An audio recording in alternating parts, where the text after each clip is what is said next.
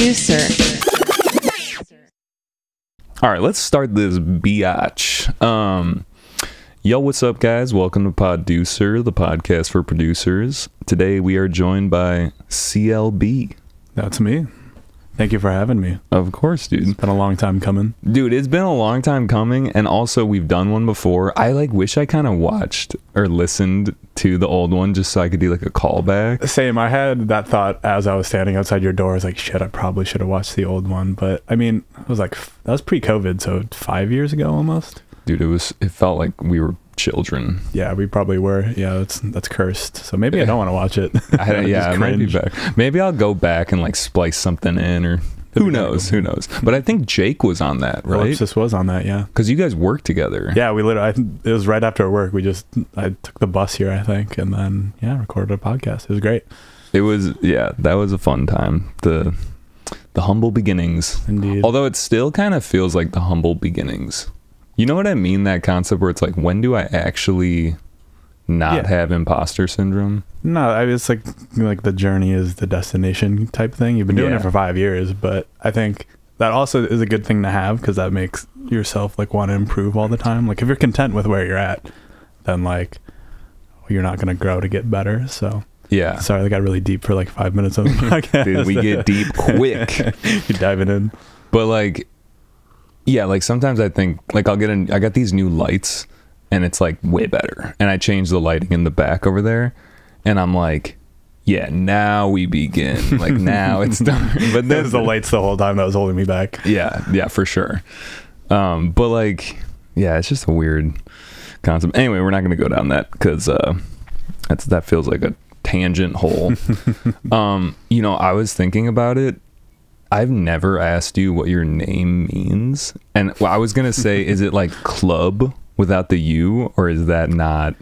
That's what it started out as, because I guess, yeah, the origin story was essentially I was like making these Jersey Club, Philly Club inspired records in like 2014. And that was like when the really cool hip thing was to just have like a word without vowels. So you had like GTA, for example, and like some other artists I can't think of off the top of my head. But I was like, okay, I make club music. I'm just going to take the U out. So that's what it was. So you were right with that. But then obviously like after like a year and a half, 2 years of doing that, I started branching out and then the name wasn't applicable really anymore. And then I just never rebranded. So if you have any acronyms that CLB could stand for, please tell me, because it's been like a decade and I still have no idea. Comment in the description. Let's go. Yeah, please no cuck lover boy, chain smoker lover boy, certified lover boy. Drake took that one, so I can't do that. But anything else is on the table, so please.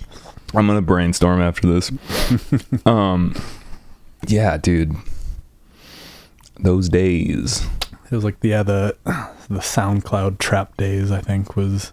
Yeah, it was like that era when everyone was doing like the all caps. Yeah.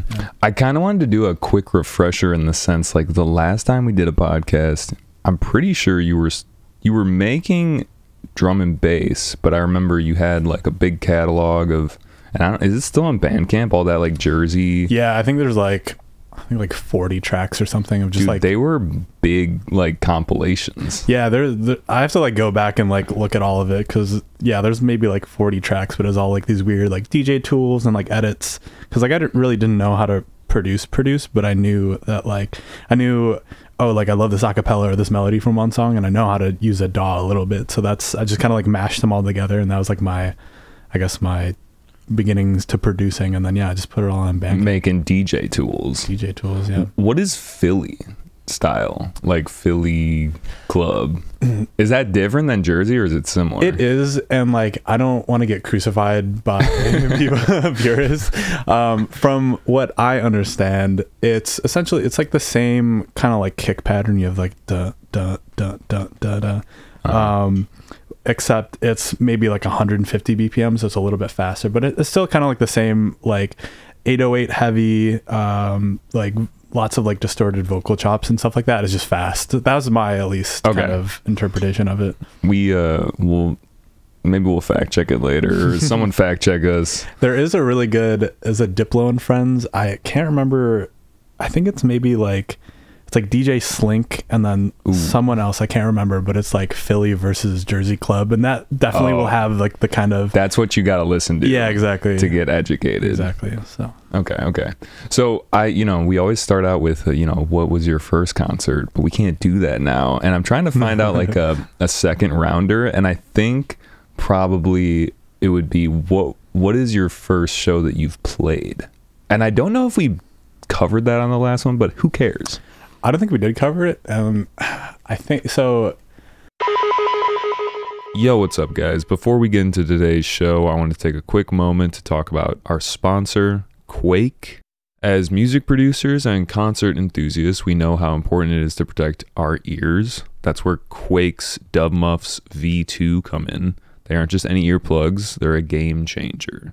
What sets Dub Muffs V2 apart, first off, their quality. They're better than any plugs I've ever used. I use them all the time. I have custom in-ear plugs.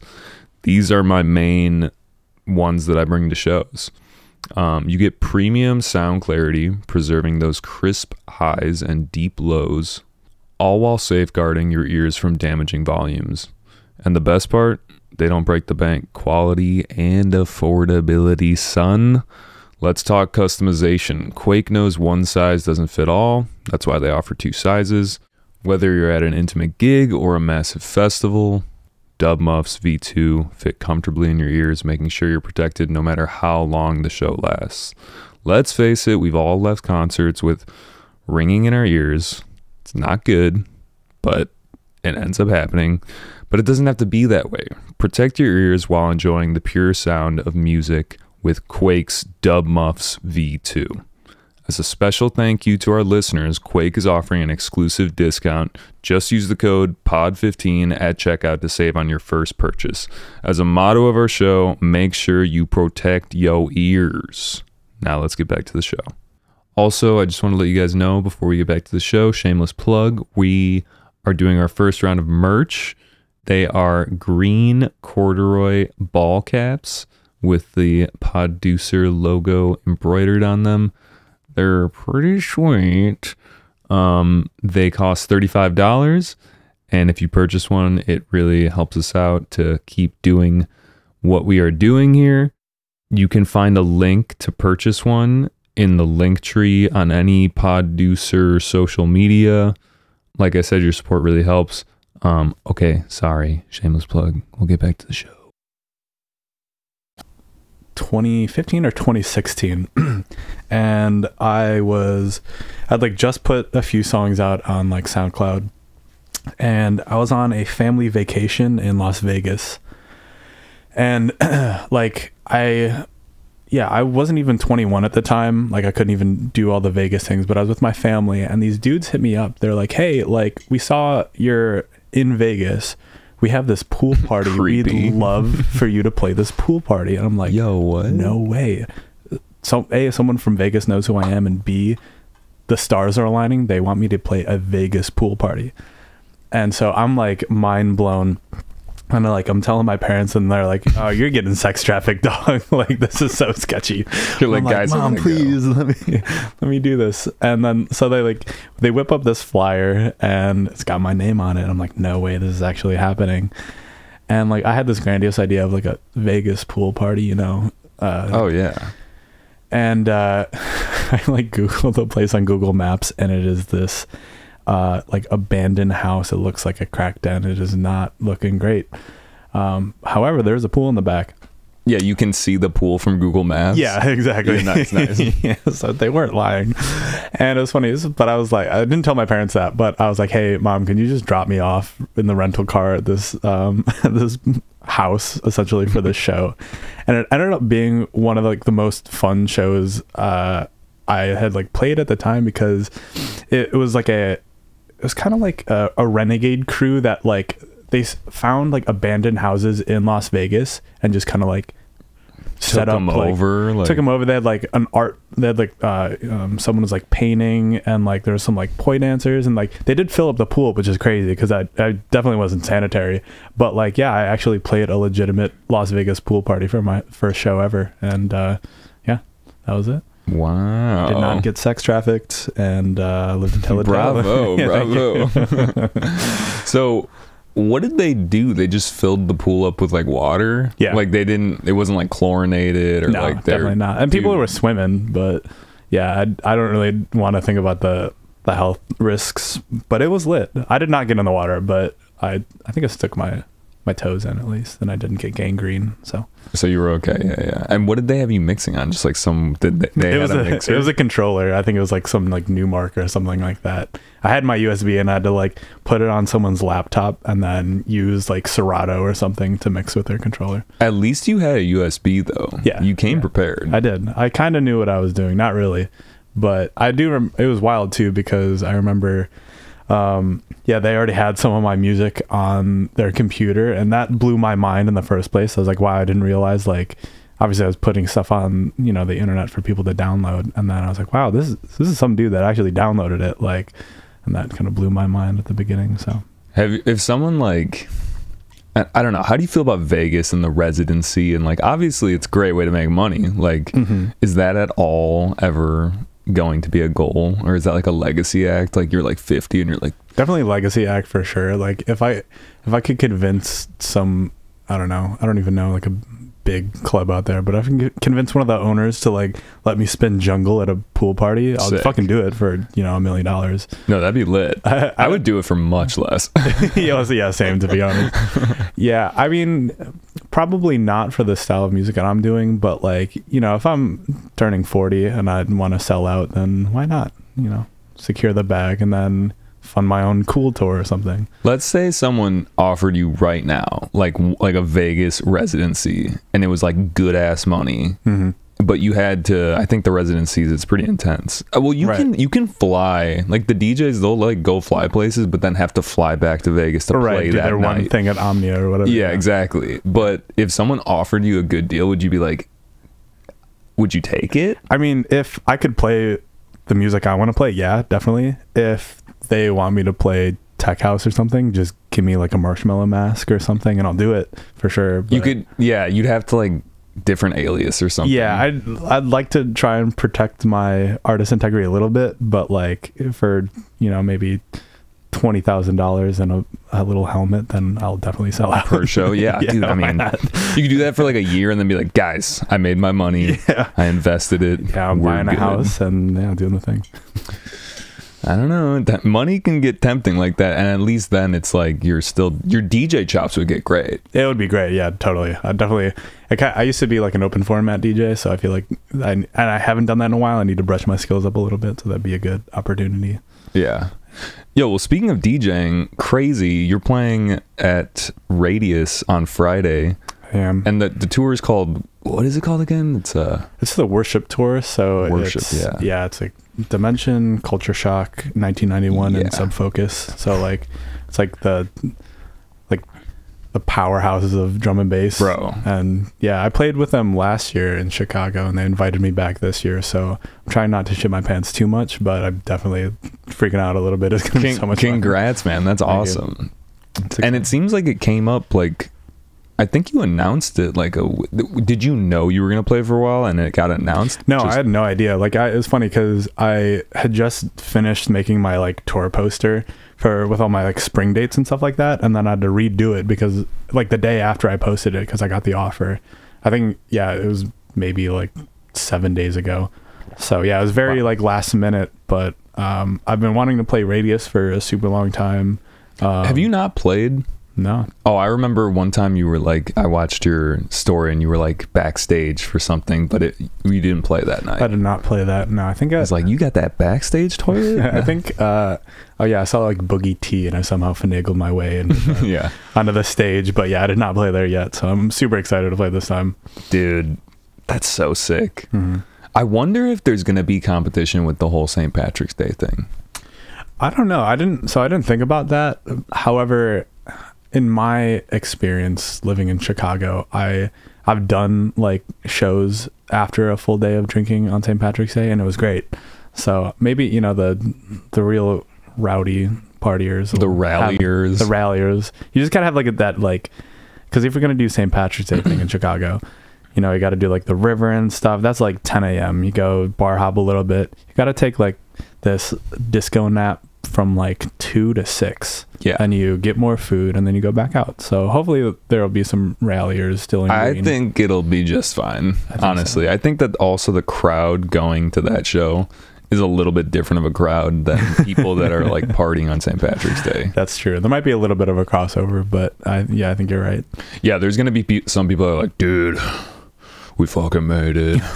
I'm dying. Yeah, we've been drinking for 12 hours already at this point. But yeah. Also, the rest of the tour looks dope. You're opening for Hamdi, right? Mm-hmm. And also, you're playing with Turnian Sound. I am. Yeah, that's next weekend. That's gonna be a blast too. Did I miss one? Was there another one there? No, I did. I had Omaha this past weekend, which was an absolute blast. Love that crew. And then Radius, then Turnian Sound show in Pittsburgh, and then 3 dates with Hamdi. Nice, dude. Yo, how are we feeling about this tea? We like took a gamble on this new tea, and I think it's pretty good. But we were joking that what if it's just like mushroom tea or something, or like we're just gonna get high in the middle of the podcast. If my eyes start dilating and I'm staring at the light for too long, you'll know there's mushrooms in it. But this mysterious Greek tea is really good. Yeah, I got it from this Greek store. What were you gonna say? I was gonna ask what you think the flavor profile is, because I still get a little bit of stale oregano. However, a little more herbier than I thought. It's getting better as it cools down. Oh yeah, it definitely is.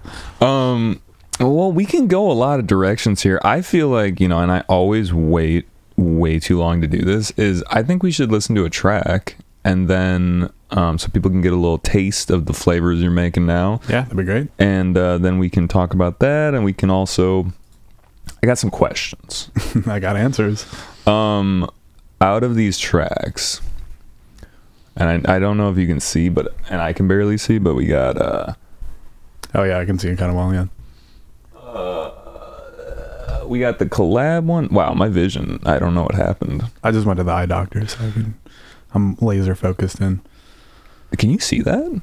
For the most part, yeah. Wow. Yeah, you got good vision. You got that 20/20. I'm so blind, but I got good contacts at least. Oh, so, okay. Yeah. Shout out my doctor. Any of these Colin? I would say maybe let's do the Decisions. That's the latest one that I finished, and I actually signed it today, so I'm excited. Yo, congrats. Thank you. Are you allowed to say who with? I don't know if I don't want to prematurely announce it. However, I've released with this label before, and I'm a big fan. So, could it? You don't have to say yes or no, but could it possibly be Deadbeats? It is not Deadbeats, unfortunately. Okay. I just saw it's run by how can I? Coombox Bartel. Okay. Have you released with Deadbeats, or have you worked with them on something? Yeah, I had a collab with Grail Sounds that came out last summer, and then I did. Oh yeah. I did one open for Zed's Dead in Detroit last November, which was insane. So yeah, I'm familiar with him. Okay, yeah. All right, let's run this one.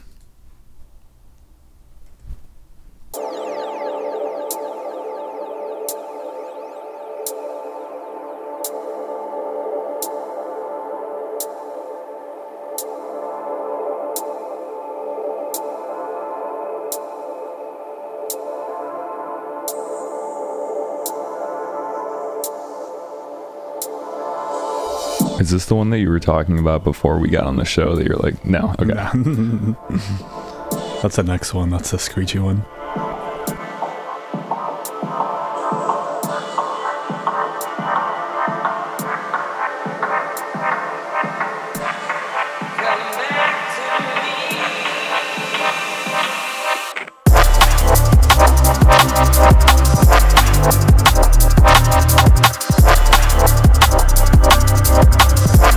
Yeah, this one's like your more classic drum and bass, almost some of the stuff that we were listening to when you first came on the pod. Like, yeah, definitely, it's an evolution of that essentially. So, but also it feels even cleaner. Yeah, I'm definitely trying to get better with my mixing and mastering, and I'm really happy with this one. But yeah, it's like I'm trying to have this middle ground of like liquid, but with still really good energetic drums. So it's kind of what I'm going for a little bit.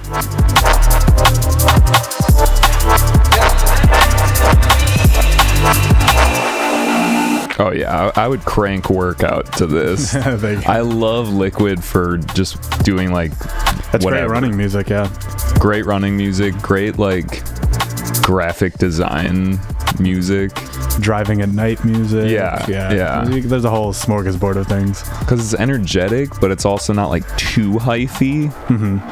Yeah.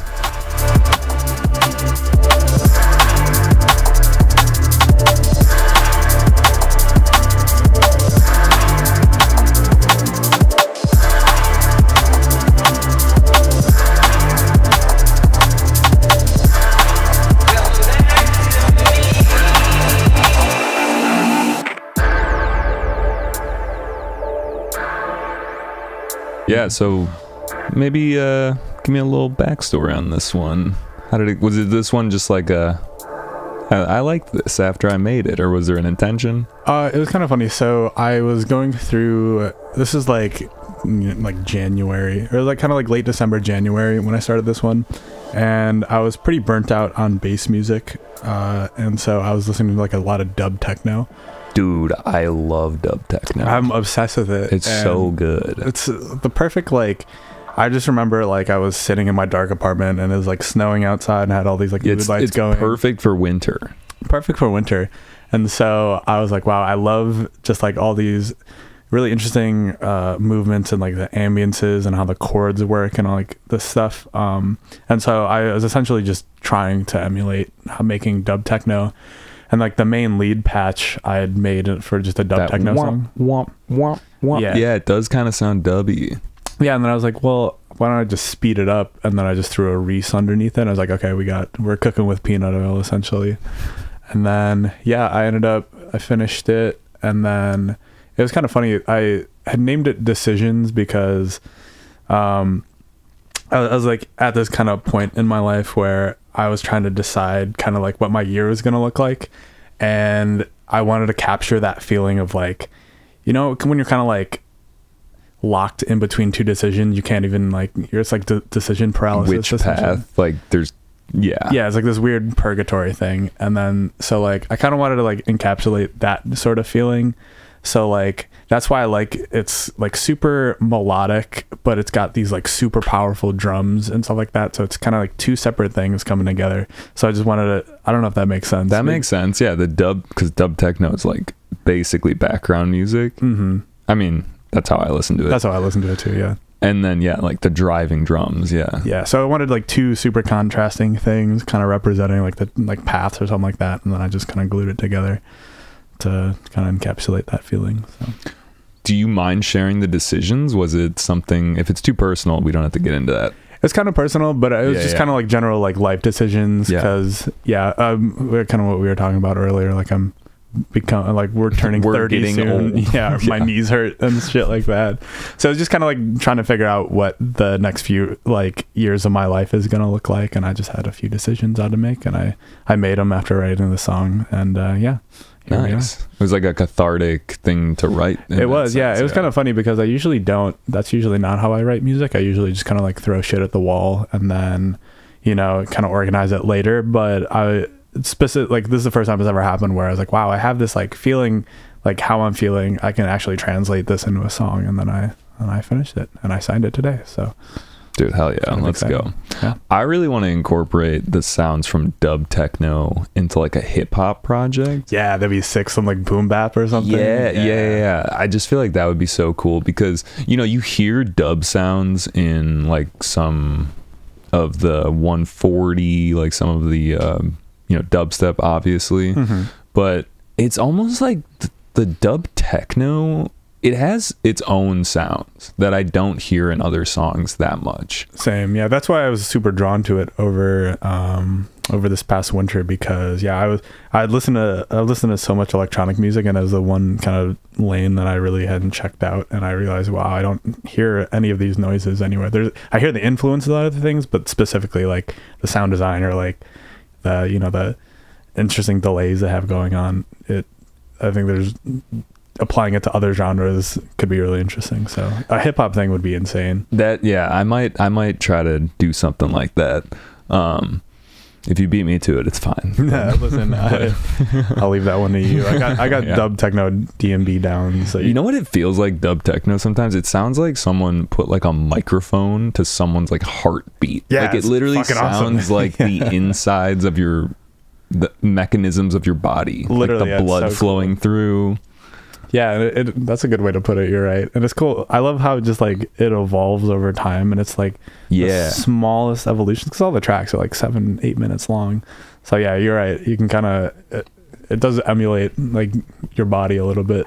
Yeah, I actually got the chance to play kind of a dub techno set at the Epiphany Center, which is a venue in Chicago, and there was, I forget what the dude's name is, but he's one of the guys from Nine Inch Nails, and it was kind of like an eclectic crowd, and I was playing in the bar, so I was like, what's like a good type of music to kind of just like set this like ambiance for them? And I just like, dude, DJing dub techno though, it's like it doesn't matter where you transition. Yeah, no, you know, it really doesn't you're just matter. like wherever. That's funny. But yeah, so one of the things I actually wanted to ask you, because the last time you were on the show, you were like, yeah, I'm really into this genre called foghorn. Yeah. And I was like, what is that? And I'm curious if you still kind of are making that, but because I don't think I've heard you call it that in a long time, but I still hear those loud, like foghorny type sounds. Yeah, I wouldn't say I make it too much anymore. One of the tracks we play later definitely is a foghorn song, but that's like pretty old. I would say it kind of got like beaten to death, you know, like once like a thing in a genre becomes popular, like every producer kind of hops on that. And that was definitely one of those people, don't get me wrong, but it was kind of like beat to death for a little bit. So I love that like super aggressive, abrasive sound, but now I'm trying to refine it into something that's a little bit more palatable and just doesn't sound like the same thing. So I'm trying to like kind of evolve it a little bit more into something, but I'm still like super inspired by that sound. Yeah, you've always been someone that I feel like does do that open format thing, or like your career, you haven't like deleted stuff, so it's like you can see like the lineage of it, which I feel like helps you in the sense that if you switch to some other genre, people will be like, oh, that's what he's always done. Yeah, I've gone back and forth so many times about like wanting to delete and kind of like start fresh, quote unquote. And like I've definitely removed a bunch of stuff off of SoundCloud. I've kept like the best ones.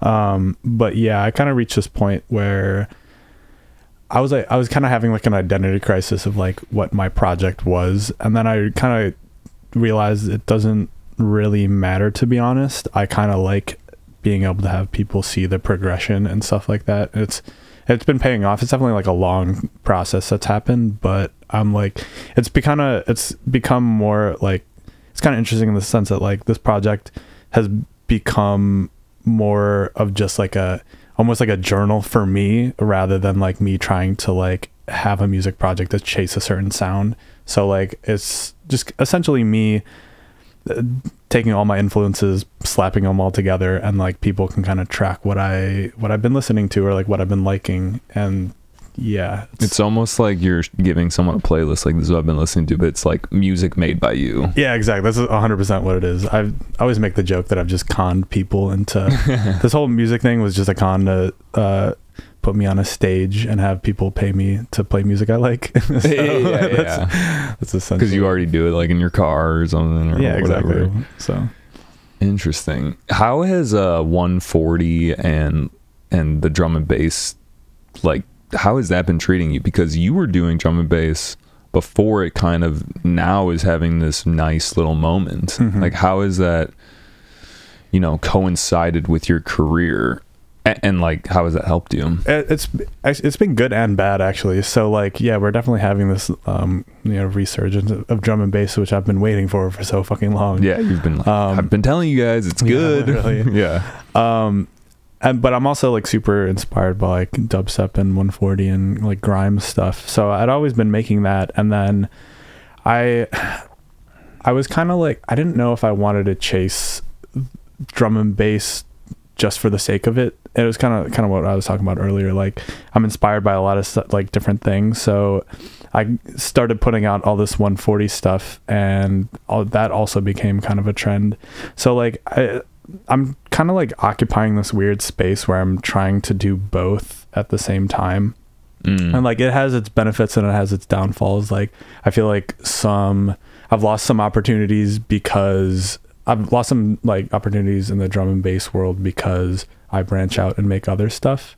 But also I've had some, I wouldn't say issues, but a lot of the time 140 crowds are not receptive to drum and bass. So I'm kind of like occupying this weird middle ground, and I'm kind of glad I'm in that middle ground, because not a lot of people are in that same space as me. But it's been really good for like when I have like some drum and bass records that do really well, like a lot of the drum and bass heads are looking at me, but also I've lost opportunities because I am multi-genre. So it's kind of like this weird double-edged sword type of thing. Do you have anything specific that like is an opportunity that you've seen that was like lost because of something? I mean, I guess you don't have to get into any specifics. Yeah, I can't go into specifics, but yeah, there's definitely been opportunities where I've lost out on, or like I've had someone replace me that's a full drum and bass act on like a bill or something like that, rather than me, just because I don't have as many drum and bass songs in my discography, or I'm not seen as like a true drum and bass DJ. So I've had some kind of like hiccups with that, but to be honest, I don't really care that much. I'm happy to be in this like kind of like middle ground lane that I'm at. So yeah, that is interesting. I mean, I feel like you can't cage CLB. You know? No, it can't be tamed. But yeah, also here's just a naive question that came up, like that, like, you know, that like drum and bass and is, I don't know, but it's like the real sparse drum and bass where it's just like kick, hi-hat, snare. But then I'm trying to think, maybe we could listen to a track because I forget, but it's just like yeah, super minimal drums. Yeah, like so what is that like? I don't know. I feel like an example would probably be good, but we'll get to that. Yeah, you know, it's kind of funny because I don't know either, and that's where like what drum kit are we sourcing from? Is it still a drum and bass drum kit? Like, I would say yeah, primarily drum and bass. I think a lot of those tracks have super minimal, like tight, snappy drums. So yeah, that usually lends itself to drum and bass drums. But yeah, I've been hearing a lot of that, and I'm super inspired by it because it's really cool. I love having really perfect minimal drums because it opens up so much space. There's so much space. Yeah. It's really hard to write and nail though, because you're not, you know, you can't rely on the drums to do a lot of the work. You have to be really meticulous about how you write stuff and like all your sound design and where everything fits. So it's a really good challenge. But yeah, there's a bunch of songs that are coming out like that I'm just obsessed with because it's great songwriting first and foremost, and yeah, but it still has that interesting driving drum and bass feel to it. Yeah, I mean, just because I brought it up, I think that the one that you did, the collab, I think that's maybe... That one's a little bit faster. If you pull up, I did a mix for New Crew on Rinse FM, and the first song in that, it's a SMG song, and it's got that same exact kind of drum pattern you were talking about. I'll have to like pull it in, but let me just go through these because I swear one of these has it.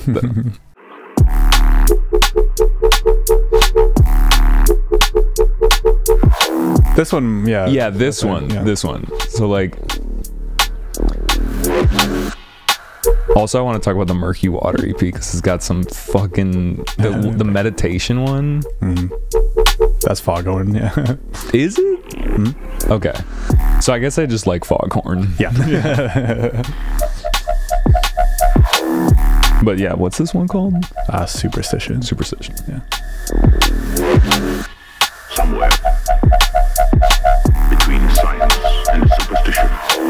So what BPM is this? It's like 175. Okay, so it's fast. Yeah, that's what I thought. Yeah, it's not even halftime though because the snares are on the 2 and the 4. But yeah, it's super minimal. So we don't know what to call this per se. It's just kind of like drum and bass right now. I would call it. I mean, it's got drums, it's got bass. That's really it. Hell yeah.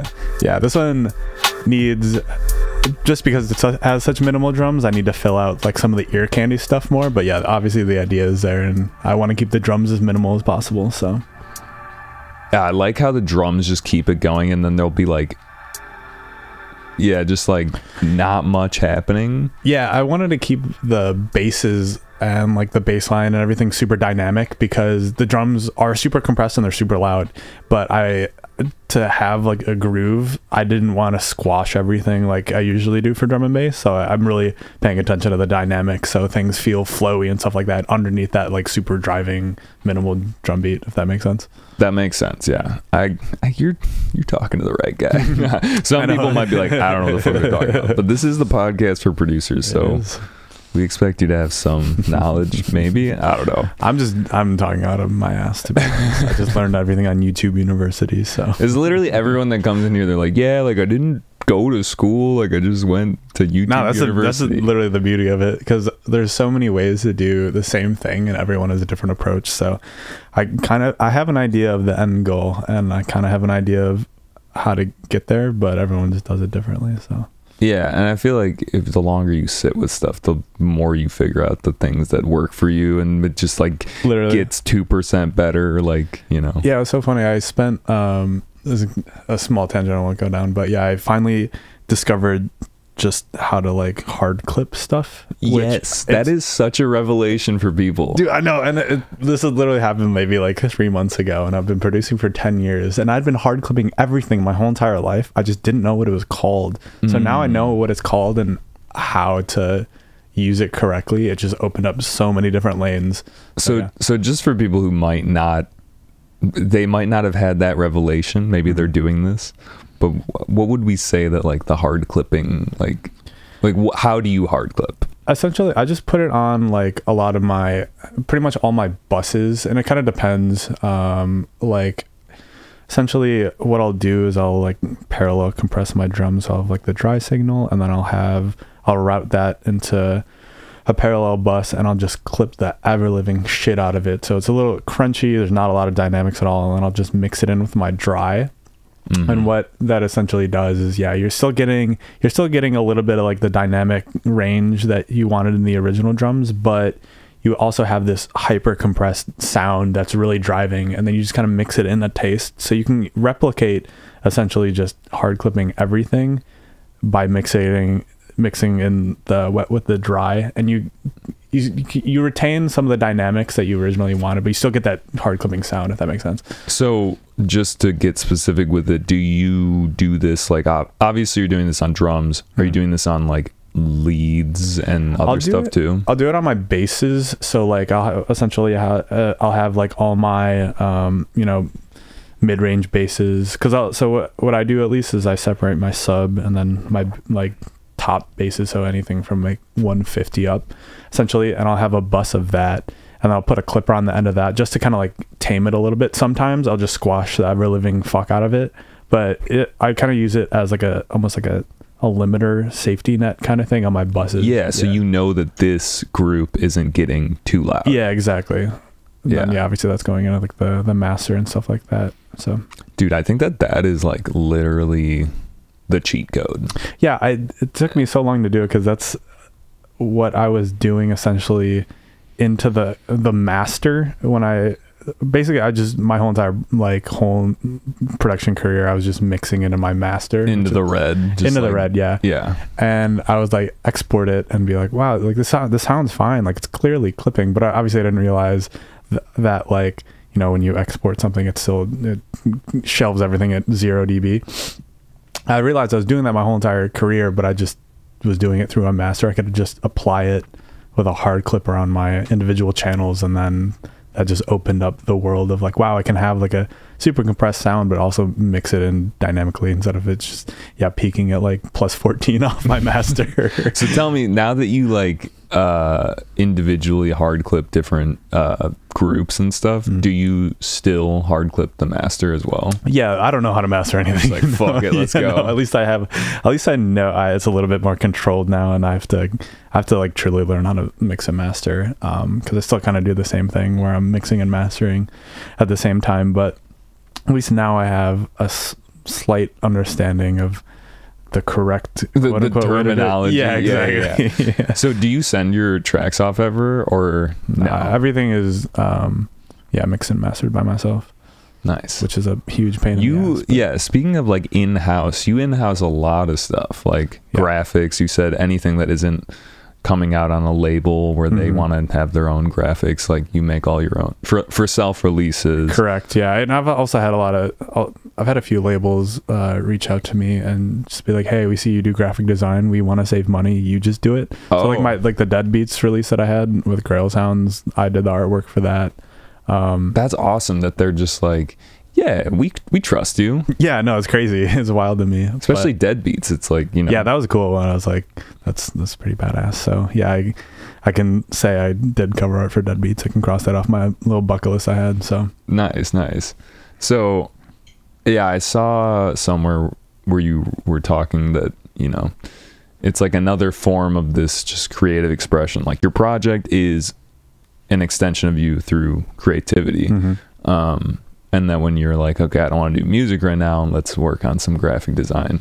Have you ever thought about doing that as like a career in itself?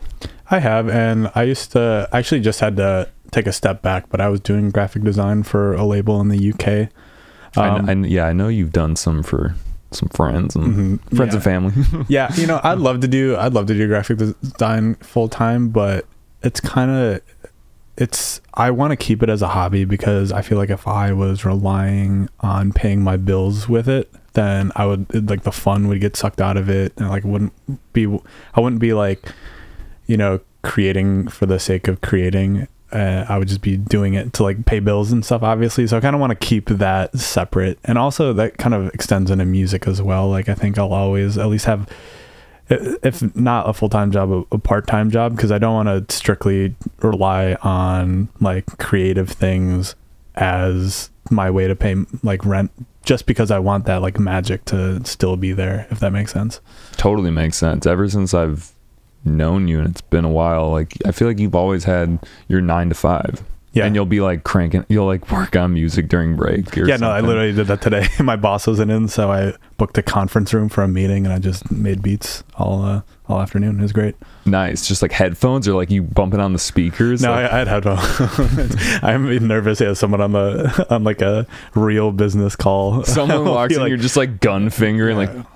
Who the hell is playing Boo in the conference call next to me? Yeah. Boo's got some heaters, dude. Always has. So that like jump up style, or at least that's what he calls his, right? That's kind of similar, right? Yeah. I really kind of, I've been listening to drum and bass since like 2009, but producing wise, I didn't really want to start making it until I heard a bunch of Boo tracks from like 2016, 2017, and I realized, wow, like this is insane, this is really cool. So I wouldn't have like a career really without Boo doing stuff way back in the day. I saw him play at Lunar Tide, and first of all, everyone was like, holy shit, it's Boo. And I was like, Boo, okay, Boo's cool, yeah, like fuck yeah, let's go. And the way that his songs are structured most of the time, it's like, and then it's like, and then it's just like this like chunky thing that if it was longer than whatever, like half a bar or like however long it is, you'd be like, this is too much. Yeah, but because it's perfect. Because it's just this short little like, you know, thing that comes out. I don't know, it's fucking cool. It's raw. It's very raw. It's very loud and in your face, but he just dots it in at the perfect time. It's like, wow, that sent shivers down my spine. Yeah. I can definitely hear that in your music, or like a similar style. I actually, speaking of bass growls, I was listening to some of the tracks that you sent me and was wondering, because again, it's been a while since the last time we spoke, are there any like new synthesizers? I know a lot of people use Vital and like, what do you normally make? Because this is what I'll say: the sounds that you make, and this isn't just me like fucking geeking with you, but it's like I really do feel like you make unique bass sounds. Thank you. Cool.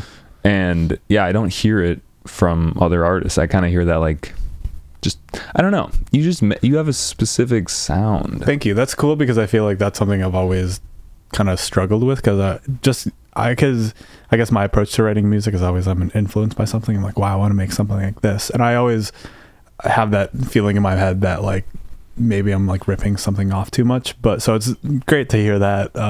First and foremost, say thank you. But yeah, when it comes to like synthesizers, it's kind of interesting. I kind of stopped using synthesizers, which sounds funny, but what I've been doing recently is just learning kind of like how to structure harmonics, and you can do that in like any synthesizer. So I'm like, I kind of like strip my process down instead of just like throwing shit at the wall. It's like, okay, like I'm gonna essentially I'll just like make like a sub bass with a square and maybe add like a low pass, but then I'll have an EQ peaking certain harmonics, and then I'll just record that, and then I'll just work on audio for the rest of the track. So essentially what I'm doing is just like obviously you can do this in any synthesizer, but yeah, I'm just making super basic kind of like bass noises and then recording it to audio and just manipulating the living fuck out of the audio, and then re-recording that and resampling. Gotcha. Okay, cool. And I'm sure you have stuff that from like old projects too that you're like, oh, I could grab that. Right. Yeah. So like there's a lot of, like I put out this song called Red Dragon last year. That's like the super foghorny one. And like I've used that patch a million different times, but just in different iterations. And that was a massive patch actually. But even now I have that patch bounced in audio and like every single note, and I just have it in a folder. Yeah. I'll just drag that in and then just start from scratch, this like weird post-processing chain, and I end up in different spots every single time. Yeah. It's funny because like I feel like a lot of maybe this is just because we've known each other for a while too. It's like I feel like a lot of times I'll talk about like just life with people, but we're kind of getting into the weeds a little bit in production. Yeah, it's funny because I haven't had a production conversation in a long time, and I like talking about production, but especially with people that kind of understand it too, so it is kind of nice. So thank you. But yeah, dude, I got you. Well, because it's just, I think like when I first started, I was talking way more about production. Then it was like more about like the life behind the person and the music. But I don't know, like specifically like your sound palettes. And I'm not like, you make a lot of different basses, but yeah, no, I was kind of curious. So like you get it to like be this basic thing, and then do you like saturate, compress, just fucking do all of that? Like, yeah, essentially. So a lot of the times what I'll do is have like a pretty basic just like bass sound or whatever, and then I'll add an EQ that's peaking in certain bands and then distort it and then compress it. And essentially a lot of my process is those three like things in order. So find harmonics, distort it, hard clip it, and then restart all over again. And that's like, so I had this revelation because I was wondering, I was bored one day. I was like, how the fuck do people make like hardstyle kicks? Like it's so raw and so, and that's literally all people do. They just have 909 kicks and they just EQ, distort, compress, and they do that like literally 20 times, and then you get really interesting. Yeah, and it's cool too. So like you can really dial it in, and then you'll have this massive chain of all these EQs, and then you go back to like the first EQ and you just move one band just slightly, and you get the same, like you obviously have the same post-processing, so it sounds really good, but then you get all these really weird tones. So that I kind of took that. That's interesting. So I took that like and just applied that to my bass sound design stuff. So it's a little just essentially EQ, distort, compress, and then just redo that. I'm kind of glad we talked about this because it's essentially very, very similar to like FM synthesis, where you're adding different notes, different harmonics, but you're doing it through an EQ, but you almost have more control there. Yeah, exactly. So I mean, it sounds like absolute horseshit for like the first like few iterations, but once you get like, especially once you build a chain that works for you, then that's where the fun happens, where you're just making very slight kind of changes, and you can get whole different sounds and stuff like that. So yeah, I actually I want to talk a little bit about the murky water. Let me pull up a new. God, I'm blind. What the hell, dude? You need like binoculars. I know, I really do. Is this meditation? Yeah, the third one is, I believe. So this track has these bass sounds that are just like so raunchy. Yeah, a lot of it I will say is 9mm, who's the collaborator on this. He does that foghorn style so well, and I was like, brother, we gotta work. Brother. Yeah. So honestly, I don't even know how he does it, but I'm assuming it's kind of a similar process. But yeah, some of the stuff he makes is so guttural and disgusting, and I had to work with him. So Hell yeah.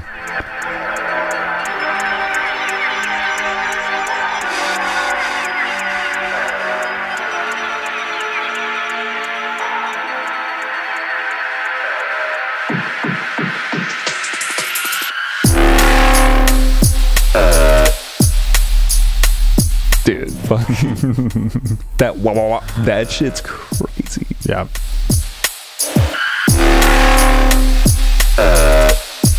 Yeah, so I made that first wah on the one, and then he did all like the really just kind of sounds like a dying pig. That sounds like the Minecraft pig. Yeah.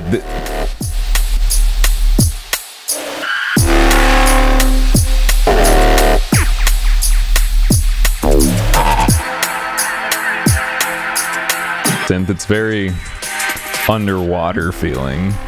Yeah, that's kind of the whole purpose of the or theme, I guess, for the EP. Obviously, I was like, yeah, I was very inspired. First, I watched Jaws, so that's how the first track came to be, and then I wanted to kind of make an EP that had the similar kind of feel. So Interesting, yeah. Well, and I was talking, with someone else about this, that's like the deep water thing is such a thing that like people love to, and I did the same thing. I wanted to make a song that was like, I want this to sound like a sea creature coming up from the deep, and just like, that's terrible. I mean, the sea is fucking terrifying. it's the scariest thing. Yeah, exactly. So I kind of, this tune is terrifying in my humble opinion. So I think kind of came across a little bit that terror. Yeah, dude, this is a great EP. I also wanted to ask, because this is something that I sometimes just have asked people in my normal life, would you rather go have you been skydiving, first of all? I've not, no. Okay, would you rather go skydiving or just sit in like the middle of deep ocean water for like a bit? If I'm in a boat, definitely deep water. So you're not in a boat though, you're just kind of waiting. Oh, Jesus. That's what I'm saying. Yeah. Like, probably nothing's beneath, or well, there's probably something beneath there's a you, lot of things that are but beneath it's me. That's a probably crazy not part. like gonna fuck with you. I'm terrified of heights, but I would do skydiving because I think the fear of the unknown. There's like 30,000 leagues below me. I'm good on that. Well, that's kind of the same idea as like height. You're not gonna necessarily just sink to the bottom because you are buoyant, but yeah, I would rather my glasses. Yeah. yeah. Oh fuck, dude. But like I also would skydive, and I have a fear of heights too. And so would you say that's usually people's answer? Yeah, I don't know. Some people are like, dude, I just gotta like wait in the water, and I'm like, yeah, but like you look down, and it's just like streaks of light going down into like infinity. The void, essentially. It's too much. That's too much. Yeah, the feeble human brain, I can't take it. It's freaky. Like the ocean's so beautiful, but I also have an immense fear of it. Yeah, same. Like it's so cool, but I'm also like, I don't know. Yeah, I think we know more about space than like the ocean. So I mean, which means we don't know shit. Yeah, we don't anything. know anything. Yeah, exactly. Yeah, so I think that I'd factor that in. I think I'm more terrified of the sea. Maybe like if I was on like a little like raft with like a nice little alcoholic beverage or something, just chilling. It's a sunny day. Fine. Yeah, that'd be great. If you're putting me above the Marianas Trench. Oh, bro, if it's nighttime. Oh, hell no. That is actually fucked. No, that is so actually the worst. I've had dreams just of thinking like, about it gives me the willies, just like waiting. Like, yeah, no, I've had like nightmares about that before. Like, so definitely not a fan. Waiting in the water like that. Yeah. And you're just like floating and you don't know like what's like the sky or what's the water because it's all just jet black. It's creepy. Yeah. That sounds bad. Yeah. Bro, I had this dream last night that I just remembered. This like little like This is like when people talk about their dreams, you're like, okay. Yeah, and you're trying to. Yeah. But like literally, I woke up out of my sleep because of it. Because this little, like, I sensed the presence of like this, like little like demon thing that was gonna like attack me. But it was like a troll doll almost. Was this? Don't know what I was doing before I went to bed now. Where was this like a little demon in your room? Like you knew you're kind of. Yeah. Sleeping? Oh, that's creepy. I don't know. It was weird. I haven't had one of those in a while, but I like woke up. I was like, yeah, yeah, that's some weird. And then I had that feeling afterwards where I was like, am I good? Yeah. Is something gonna attack me? Yeah, I hate that. It's like that 30 seconds to a minute after you wake up from a nightmare. You're like your heart's still going. Yeah. You're like, also, am I awake now or am I still dreaming? I know. It's weird. Yeah. It's weird. I'm glad you didn't get attacked by me too. Yeah, it was just a bizarre. I didn't remember that until just now. So anyway, sorry guys. You know, something I wanted to talk about too is dude, one of your tracks, Moving Forward, has like 2 million plays. Has it hit 2 million yet? Last time I checked, it was close, but that's crazy. Let me double check because I think I checked it today and it did. Which, yeah, it just hit 2,001,500. Oh, so it was literally like today.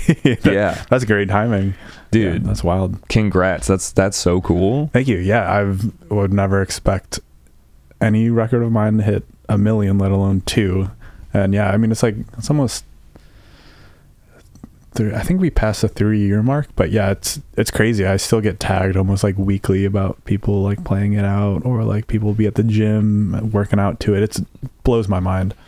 So is there like a secret sauce to that one? Because like obviously it's a great track. Was there any difference in the way it was delivered, or? I think the release definitely helped because it was Space Yacht had started their label with that song, and they had so it was like the first release. Also, this is during COVID, so I think like the message of the song definitely helped a little bit. It was just kind of like this perfect storm of all of these things all at once, and because it was Space Yacht's like first record they were putting out with their label, I remember like we got shouted out in like Billboard magazine and stuff like that, so that definitely helped with it. But yeah, it's crazy, the legacy of it just kind of, it surprises me every day. I didn't even know it hit 2 million today. Like, it's just wild to me, dude. It's bonkers. Like, I first of all, Space Yacht, who runs that, or is that the artist, or no? No, Space Yacht. So they are. I've heard the name. Yeah, so they're based in Los Angeles, and they do a lot of shows in SoCal and like Vegas and stuff like that. But so it was funny. I was a fan of Space Yacht because they used to have this residency at Sound nightclub in LA, and it was like every Tuesday, and that was their thing. It's Space Yacht Tuesday. They had free pizza, and yeah, they were just like, come, dance, drink a bunch of liquor, and eat pizza with us every like Tuesday. And they started that maybe like 2015 or something like that. And then they had like really built up their brand, and I had actually gone to a few Space Yachts. And I ended up just kind of like, oh no, this is what happened. I remember now. So they had like a Space Yacht Chicago, and this is actually right around the time we did the podcast. It was at Soundbar, and they asked, if there was any like DJs that wanted to open, and I just like sent them a mix or something, and then they picked me to open. So I played Soundbar with them, kind of started this like relationship with them. And then I had just kind of kept in touch. The guy who runs it, his name is Henry, and then another guy named, his DJ alias is London Bridge. And so we kept in touch, and during COVID they had this, like, it was a stream called Tune Reactor where you just send in tunes. It was essentially just like a demo listening feedback thing. And they said they were like, actually, I don't even know if they had announced they were starting a label yet, but essentially I submitted Moving Forward, and immediately they're like, oh my God, this is an amazing track. Like, what are you doing with it? And they told me they're starting a label and they wanted it. And then I don't think I even knew it was going to be like the first release, but ended up being the first release, and it came out, and it just, did its thing. That's dope.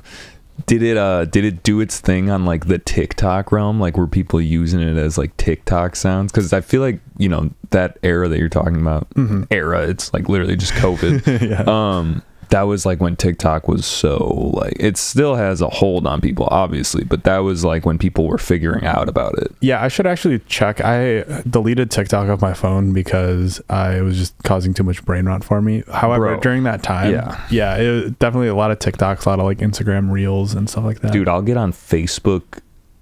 Facebook will get me now. I'll go on Facebook Marketplace as like, they have like, it's whatever, they're like reels, but they're not, they're called something like else. Facebook whatever. Shorts or something. Yeah, dude, literally, like I'll be on, so I do this thing where I'll go on Facebook Marketplace because I'm like, it's not really like social media, and I can just like shop around and see what's like on here. That's how they get you. Kind of like I gotta go back to Craigslist, dude. But then I'll see something, and then all of a sudden I get transported in that thing where we're in vertical mode and it's like real mode, and then you just like just swipe up and then I'm like, oh, here's another thing. Sucked in. Yeah. And then I get sucked in, dude. It's bad. That's not good. Yeah. So I had to delete TikTok off my phone for that reason. But yeah, when moving forward was like really doing bits, a lot of TikToks, a lot of reels, a lot of people working out to that song, which is hope somebody got buff listening to that 2 million. Dude, times. someone definitely. How does that make you feel that someone got like yoked? It makes me want to start lifting weights again, to be honest. Maybe that was the secret the whole time. Yeah, you gotta listen to some drum and bass for that. Yeah, indeed. We're both. Yeah, I need to work out like that too. All right, yeah, I wanted to cover that because I was just like, dang, like I looked at your profile, I was like, what the like that one just stuck out so much. Let's see what else. I got some other questions. We covered a lot of ground, honestly. One thing I wanted to ask you, which this was, I'm kind of curious how this came to be too. The Electric Hawk interviewed you at like one of your gigs, correct? So I'm just curious from my own standpoint where I do something maybe similar, like we're doing a podcast interview, but I was wondering, I was like, why didn't they record that interview and put it out as like a recorded thing? It's just, you know what I mean? It's interesting to me, like in a day and age where we can record stuff, and I feel like that's more exciting than like an editorial. Yeah, I'm not sure. I think Mo, the interviewer, she definitely recorded on her phone, but I think they're primarily print or just written for the most part, but it exists somewhere, I'm sure. And not to throw shade, honestly, because I do enjoy reading stuff, but it just, my brain immediately goes to like, you could have, you know, filmed it, and it was a good interview. Yeah, I don't know. I'm curious about like when people ask you to do an interview over like the internet, let's say, are most of the time, are you getting on a call with them and they record it and then they kind of transcribe it? Or is it like they send you questions and you fill that out and then that's like the interview? I've done both before. The Electric Hawk one was my first like in-person one where I was sitting across from an interviewer. So it was kind of funny. I was telling Mo before, I was like, I think I'm more nervous for sitting down in an interview than the set I'm about to play, just because I haven't had that. And I didn't have like the questions beforehand. So I feel like a lot of the time, at least in my experience, they'll like send over questions and I'll just like type it up or, respond that way. And then they'll just like copy and paste what I say. So yeah, it was an interesting experience, doing it that way. But yeah, I've done both. So I mean, for like the slight anxiety part in me, I do like having the questions beforehand so I can give good answers. But I also do love being on the cuff, and then that's kind of, you can get some really cool moments just by answering random questions. So yeah. I don't know. This was like a question for myself, basically. Like, how do they work? Do they send like? Because it feels like sometimes I'll read them and be like, they definitely sent these questions over email, and we're like, just fill out this like a homework assignment or something like. So I don't know, there really wasn't much to say about that, but I was kind of curious how they do it. We're learning together. But there was something that was interesting that you said in that interview where you went to Cervantes in Denver, correct? And it was a Rusco show, and you were saying how like, you were like, how do I talk to this guy but also not fanboy too hard? And I'm curious because it didn't say in the interview, did you get to like talk to him? I didn't other than like that crossover in between my set and his. And yeah, I think I made like a joke or something. I was like, oh, rough crowd out there. Obviously everyone's like going crazy for Rusko. So I didn't tell him I loved him or I You were like, loved him. Give me a hug. Yeah. It was like, can I shake your hand? Let me touch you. I don't think he would have appreciated that, but yeah, no, I was just like, and I feel like sometimes when I'm like nervous, I'll just like make a joke, and that's exactly what I did in the moment. And then I was just like, okay, I need to go decompress and process the fact that I just met my idol. So yeah, I didn't get to speak to him afterwards. So yeah, I mean, you did the cool thing though. Yeah, you actually did the perfect thing. I'm sure my hand was really sweaty when I was shaking it, and I was probably shaking a little bit, but I hope I looked cool at least. Yeah. No. Making a good slide joke and then being like, everything's cool. Rusko? Oh, you're right. Who? I think I've heard of you once or twice. Yeah. I mean, he's got some raunchy bass. How did he play like a role in, just your, I don't know, music career? Like, because he definitely was one of the first like dudes doing dubstep. Also, the more aggressive tear out dubstep. Like, yeah, I feel like a lot of people our age have that like memory of listening to like one of his songs on like the UKF Boost or something, like Jehovah on like UKF with like the blue speaker on fire. That was obviously or not obviously, but that was a massive moment for me on that whole entire like YouTube channel, and so many of them are Rusko. So I kind of look back on that era of being like very influential to me just as a person, and then also my music career. But yeah, he had some bangers. There's one called Jehovah that samples this flute. That's a good one. Yeah, and I ended up sampling that same flute on one of my tracks, but I wouldn't have known about that flute without a Rusko, or without Rusko introducing it to me in like 2009. So, and it was kind of funny. I almost played it, like my interpretation of that song with the sample, and then I realized, oh shit, that's like the whole entire melody to his track. So I didn't play. I was gonna play it right before he went on. I was like, oh shit, that's probably just like stealing all of his thunder. So I didn't, thank God. But yeah, no, he obviously his whole entire just kind of like dubstep sound really got me into the genre and electronic music in general. So yeah, I mean, I feel like if you played it, it was your own rendition. Yeah. But still, yeah. It's my own cover. Yeah. I don't know if he would have liked that beforehand or not, but we'll never know. So, I mean, sometimes I'll see, like, especially in festival sets, you'll see people play the headliner's music, and it's like fine, I guess, because you're going to hear the headliner after like so many hours. Right. But there's this etiquette. Yeah, there's definitely an etiquette to it. Like, if it happened to me, I'd be like, yo, that's sick as hell. You like, it's nice to play it twice. But some people obviously might think might get upset by it. So you never know. So I usually err on the side of caution. But I mean, the amount of like reloads and spin bags, it's like at this point, if you got to play it again, it's probably no one's going to care. They're going to be like, yes. Oh my God. Yeah, exactly. So yeah, I would be hyped too. I'd be like, thank you. Yeah, no, literally, like, big hub. Yeah. Should we run another track? Let's want to, let you select a couple that you want to actually showcase. Yeah, I feel like we've been talking a lot of drum and bass. If you do the Shutdown one, that's like a 140 dubsteppy, grimy kind of one. So yeah, let's run it. Ooh. Nice smooth roads. Sultry. Yeah. Sultry. That's a great word. I don't think I ever normally use it, but it's just that chord brought it out of me.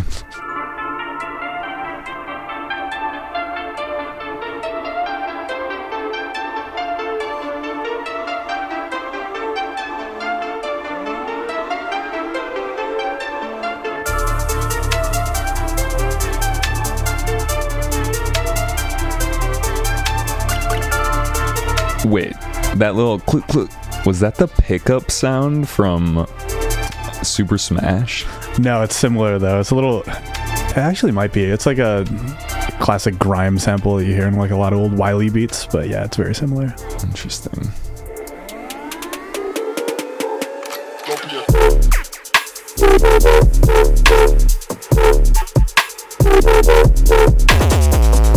Oh yeah.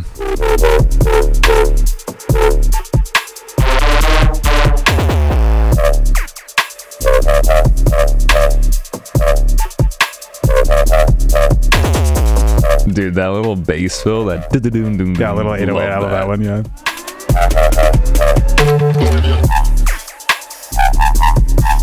So this is in more the 140 camp. Yeah. The fucking swung ass, like, I love that. Yeah, me too. Just swung hi-hats is beautiful.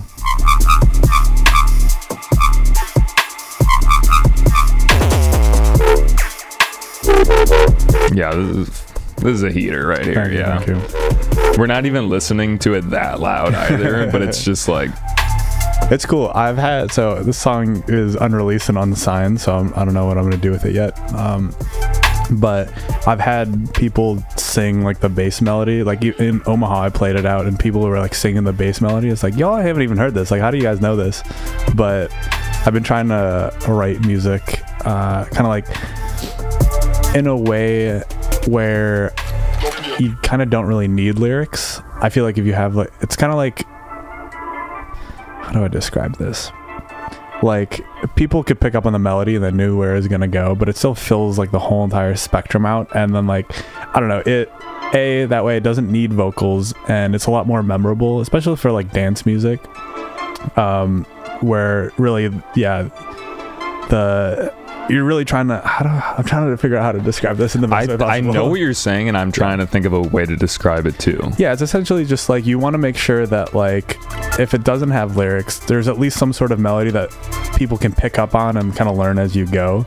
And that way, yeah, that's how you get people just chanting your own songs. I don't know. No, that's and especially here, you got the dun, dun, dun, dun, dun, dun, dun, dun. Like, so that's like kind of the same as the bass. Yeah, exactly. So it's that first melody, and then, yeah, a bunch of like filler basses to kind of like call and response it a little bit. Yeah, I think you're tapping into that thing where it's like, we love the repetition, and like after one time you're like, oh, I know this. Yeah, exactly.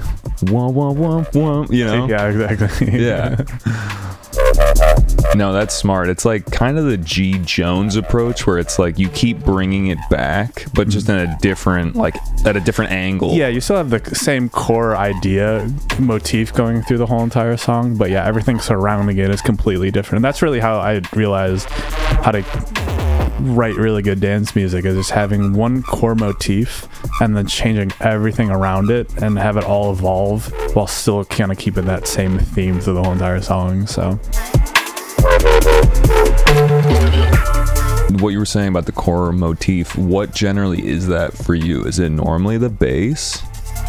No, it's different for every single song, and it's kind of interesting because there's a little clip on YouTube, or I think it might have just been like Instagram stories or something, where Skrillex was talking about his process, and he's just in the studio and he's like, yo, you need to figure out before you even, like, you know, you have to have a core theme before you start, or at least the biggest priority you should have is making a theme, having some sort of call that then you can write things to respond to. So that could be drums, it could literally be anything, but you need to identify what the theme of the track is first and then kind of work around it. So it literally could be anything. With that, it was like the bass melody essentially, but it literally could be anything. But just having some sort of call first and foremost that you can have go through the whole entire track and then build responses around it is the most important thing. So just identifying whatever that is early in the songwriting process is super important, so you're not just like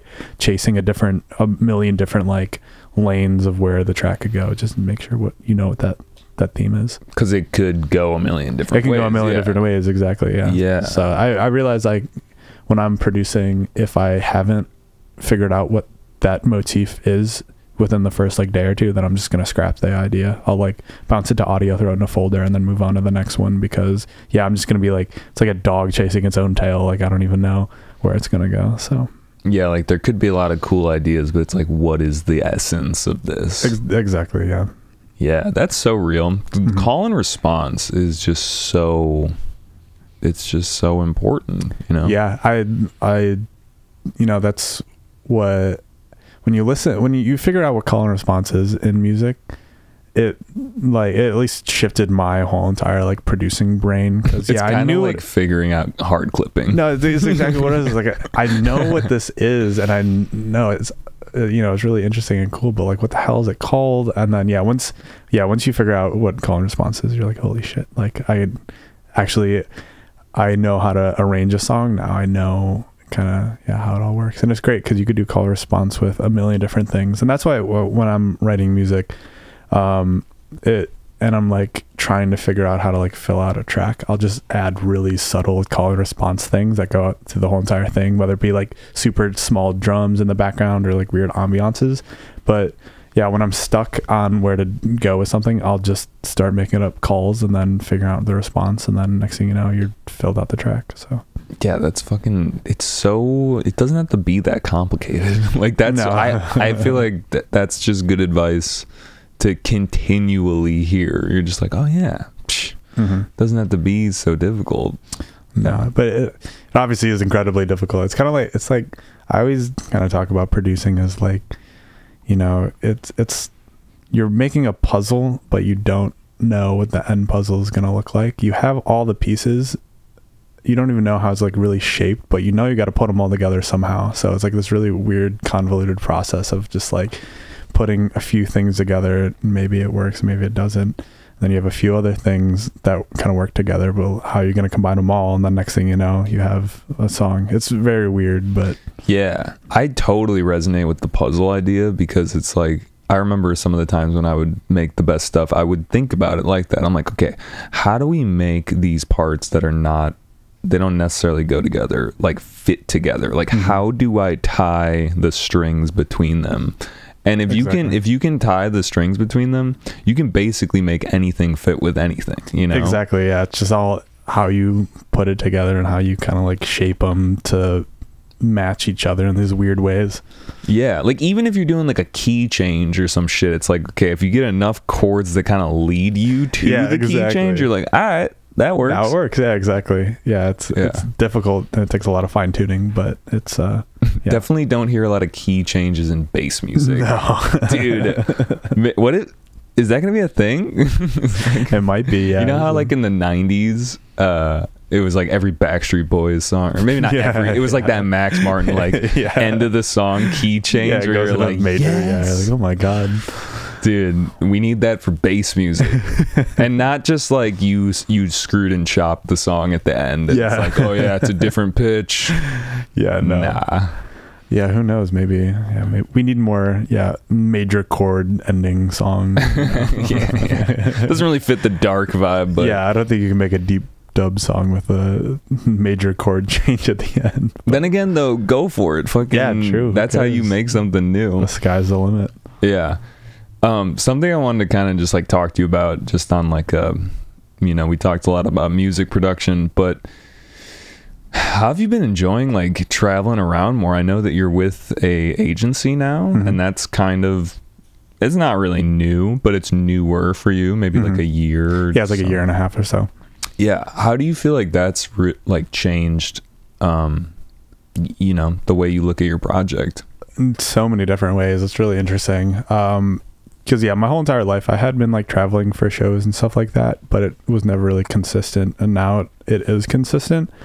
And I guess the biggest thing, I think I even like tweeted something about it today, but it's essentially like I'm really learning kind of the headspaces to be like a touring DJ versus a producer. And like in everyone's head, or at least in my head earlier, I thought they were just kind of like the same thing. It's like, okay, I'm clearly writing this music now, just press play somewhere. But like the headspace is completely different. There's such a interesting headspace of like being an entertainer and like being a DJ when you're like on a stage and all this stuff.